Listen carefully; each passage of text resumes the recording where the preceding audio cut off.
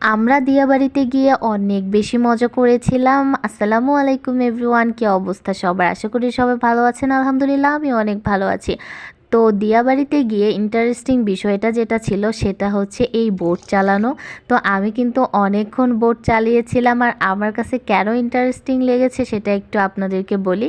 আমি যদিও বা গ্রামের মেয়ে, বাট আমি কিন্তু সাঁতার পারি না। তারপরেও আমি সাহস করে বোর্ডে উঠে গেছি, আর এটা কিন্তু নিজেদেরকেই চালাতে হয়। যদিও বা লেকে বেশি একটা পানি ছিল না, আমাদের সময় ছিল 30 মিনিট, আর 30 মিনিটের জন্য এক একজনের কাছ থেকে 100 টাকা করে নিয়েছিল। তবে 30 মিনিটে কিন্তু অনেকটাই ঘোরা যায়। তো আমাদের ঘোরাঘুরি শেষ হলো, আর এখন প্রায় সন্ধ্যার কাছাকাছি। একটু পরেই মেবি মাগরিবের আজান দিবে, আমাদেরকে এখন চলে যেতে হবে। আর সন্ধ্যায় এই ফাঁকা জায়গায় থেকে কোনো লাভ নেই। তো ভাবছি যে শহরের দিকে তাড়াতাড়ি ব্যাক করব। আমরা কিন্তু স্টেশনে আসতে আসতে প্রায় মাগরিবের আজান দিয়েই দিয়েছে।